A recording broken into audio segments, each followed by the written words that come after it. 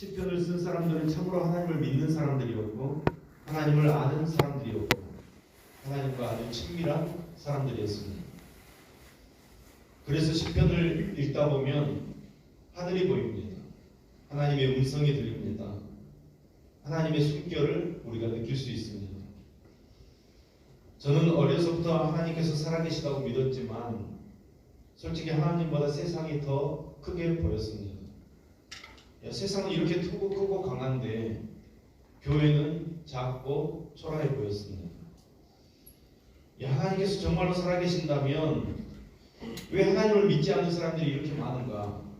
왜 그 사람들이 세상을 좌지우지하는 것일까? 그런 생각을 심각하게 했었습니다. 시편 2편은 바로 그 문제에 대해서 말씀하고 있습니다. 1절에서 3절까지 말씀입니다.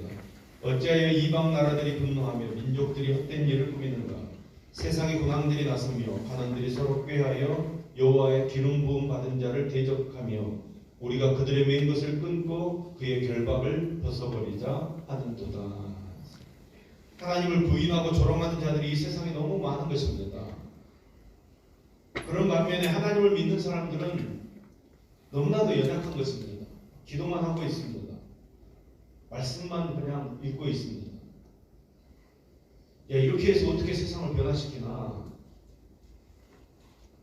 여러분, 초대교회가 핍박을 받은 이유는 예수님을 왕이라고 주님이라고 고백했기 때문에 핍박받은 것입니다.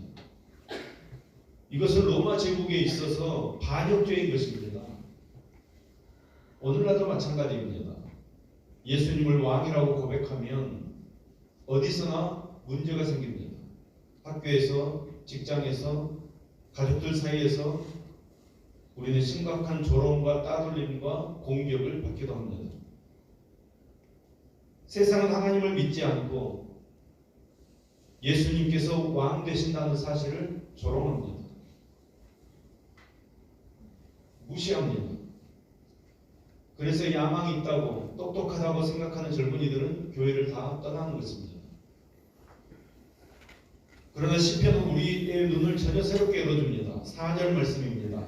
하늘에 계신 이가 비웃으시며 주께서 그들을 비웃으시리로다. 오늘 본문 말씀이 이 세상 사람들을 보시면서 비웃으시는 하나님을 보게 합니다. 그러니까 여러분, 눈에 보이는 이 세상이 전부가 아니고 하나님께서 살아계시고 하나님의 나라가 있다는 것을 우리에게 알려주는 것입니다. 그러니까 우리는 세상이 큰 것만 보지 말고 하나님의 나라가 얼마나 크고 얼마나 광대한지를 볼 수 있어야 합니다. 세상은 하나님을 대적합니다. 여러분, 하나님을 대적하는 자들이 누구입니까? 첫 번째로 열방과 민족들이라고 말하고 있습니다. 여기서 말하는 열방과 민족들은 이 세상에서 그리스도에게 구속받아 그리스도의 그 왕권을 누리며 사는 소수의 백성들을 제외한 모든 국가와 모든 민족들을 뜻하는 말입니다. 유대인들과 이방인들조차 그리스도를 대적했습니다. 다른 종교들과 무신론자들이 그리스도를 대적합니다. 앞으로도 계속해서 대적할 것입니다. 그러나 여러분, 인류 역사 가운데 그리스도 안에 그리스도를 대적하고서 성공한 나라, 성공한 민족 하나도 없습니다. 역사가 증거하는 진리입니다. 둘째, 군왕과 관원들이라고 말하고 있습니다. 군왕은 나라를 통치하는 통치자들을 말하고 관원들은 그 군왕 아래에 있는 권력자들을 가리킵니다. 이들은 모두 이교와 무신론자들을 대표하는 이 세상 세력들을 의미하는 것입니다. 그리고 세 번째, 불신자들이라고 말합니다. 하나님을 믿지 않는 사람들, 그 사람들은 그리스도를 미워하고 또 그리스도를 믿는 사람들을 핍박할 뿐만 아니라 이 기독교 신앙을 가진 것을 미련한 것이라고 생각합니다. 그래서 하나님 말씀을 의심하고 하나님의 능력을 의심하고 성령을 거역하며 사는 것입니다. 하나님의 구원 사역을 직간접적으로 대적하며 사는 것입니다. 여러분, 그들이 왜 하나님을 대적하는 것이고 그리스도를 대적하며 사는 이유가 무엇입니까? 첫 번째는 하나님의 지배를 싫어하기 때문입니다. 본문 3절 말씀에 보면 그리스도를 대적하는 자들을 이렇게 이야기합니다. 우리가 그들의 맨 것을 끊고 그의 결박을 벗어버리자 하는도다. 그러니까 그들은 하나님의 통치받는 것을 얽매이고 구속받는 것이라고 생각합니다.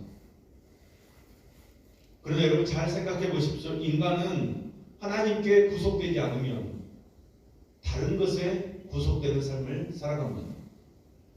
인간이 원래 그런 존재입니다. 하나님께서 인간을 그렇게 창조하셨습니다. 하나님께 매여 있도록 창조하셨습니다. 그런데 하나님께로 매인 것을 끊어버리면 여러분 우리는 인간은 세상에 매여 사는 것입니다. 권력에, 돈에. 하나님으로부터 자유하기를 고집할 때 인간은 세상의 영원한 노예로 사는 것입니다. 또 세상은 왜 그리스도를 대적합니까? 이런 참 자유를 알지 못하기 때문입니다. 하나님의 진리는 은혜 입지 못한 자들에게 언제나 감추어져 있습니다. 그래서 그들은 진리가 무엇인지, 참 자유가 무엇인지 알지 못합니다. 예수 그리스도의 가르침은 역설적인 것이었습니다. 죽어야 사는 것입니다. 버려야 얻을 수 있습니다. 섬겨야 높아집니다.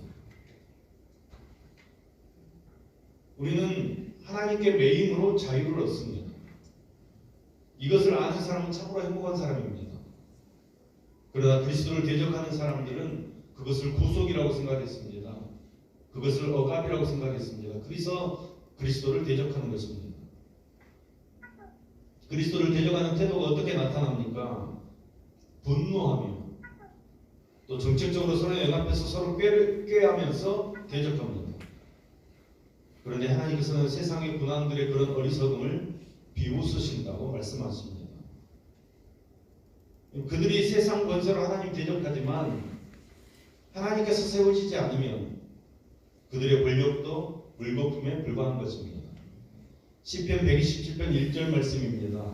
여호와께서 집을 세우지 아니하시면 세우는 자의 수고가 헛되며 여호와께서 성을 지키지 아니하시면 파수꾼의 깨어있음이 헛되도다. 하나님께서 인정하시고 허용하실 때에만 인간이 누리는 권세와 권력은 가능한 것입니다. 오늘 본문 6절 말씀입니다. 내가 나의 왕을 내 거룩한 산 시온에 세웠다 하시리로다. 하나님께서는 긍휼과 사랑이 풍성한 분이시지만 그를 대적하고 악을 행하는 자들에게 분노하시는 하나님이십니다. 하나님께서 노하시면, 하나님께서 분노를 바라시면 모든 사람들이 다 놀라고 두려워하게 될 것입니다. 하나님께서 그들에게 뭐라고 말씀하십니까? 내가 나의 왕을 내 거룩한 산 시온에 세웠다 이렇게 말씀하십니다.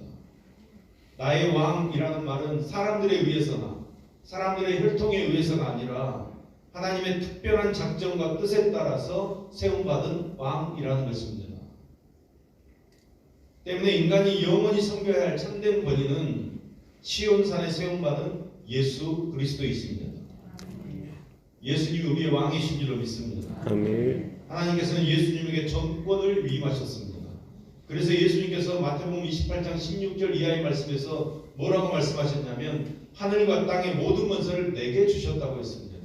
여러분 하늘과 땅의 모든 권세가 예수님께 있는 줄로 믿습니다. 아멘. 우리는 예수님의 통치 아래 있습니다. 그리스도의 통치 아래 있지만 교회가 어려움에 처하기도 합니다. 여러분의 삶에 어려움이 다가오기도 합니다. 여러분 그것은 하나님께서 능력이 없어서가 아닙니다. 그리스도께서 힘이 없으셔서가 아닙니다. 칼빈이 얘기하듯이 하나님께서 의도적으로 기다리시는 것입니다. 이 땅의 군왕들이, 관원들이, 또 불신자들이 교회를 조롱할 때, 교회를 공격할 때, 우리를 힘들게 할 때, 문제가 우리들을 힘들게 할 때 하나님께서는 기다리십니다. 그리고 우리를 고통스럽게 하는 그 경건하지 않는 자들에게 당장 손을 대지 않으십니다. 하나님께서 비웃고 계십니다. 우리가 고통 가운데 싸우고 있다면 하나님께서는 그것도 다 알고 계시는 줄로 믿습니다. 우리가 지금 슬픔에 쓴 잔을 맛보고 있지만, 아픔의 눈물을 흘리고 있지만 하나님께서 다 보고 계시고 비웃고 계시기 때문에 여러분 눈물을 다 닦으시기 바랍니다. 아멘. 최후의 승리자는 예수 그리스도이십니다. 예수님과 연합된 우리가 최후 승리할 줄로 믿습니다. 열방에 떠들고 여러분들이 우리를 핍박하고 주의 모두가 우리 교회를 조롱한다고 할지라도 왕이신 그리스도의 통치에 우리의 삶을 맡겨야 하는 것입니다. 그리스도의 통치에 우리 자신을 맡기는 것이 우리의 믿음 생활이고 복받는 생활입니다. 그러면 왕이신 그리스도께서 우리를 다스려 주시고 모든 문제를 해결해 주시는 신비한 체험들을 하게 될 줄로 믿습니다. 주님을 사랑하고 주님의 통치를 받아들이는 것은 하나님의 말씀을 믿고 순종하는 일입니다. 오늘도 우리를 세우시고 우리를 다스리시는 분은 하나님이신 줄로 믿고 하나님의 통치를 받아들임으로 하나님의 말씀을 따라 승리의 삶을 사는 우리 모두가 되기를 간절히 소망합니다.